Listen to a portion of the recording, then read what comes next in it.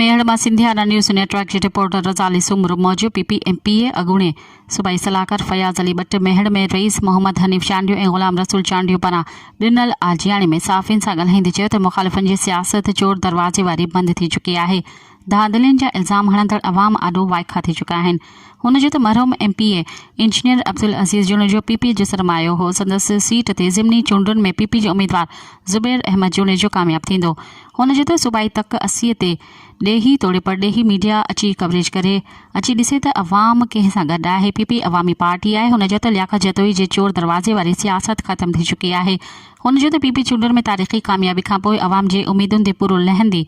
मेहड़ शहर समेत तालके में रिकॉर्ड तोड़ तरक़ियाती कम हली रहिया आहिनि। जल्द मेहड़ तालके में मेगा स्कीमूं जल्द शुरू थींदियूं। इन मौक़े ते रईस नज़ीर अहमद चांडियो, विलायत अली चांडियो, माजिद सुमरो, काज़ी असद, बाबर मेमण, मेहड़ बार एसोसिएशन जो सदर एडवोकेट अमजद अली बुलहड़ो, सैयद सरवर शाह ऐं ॿिया मौजूद हुआ।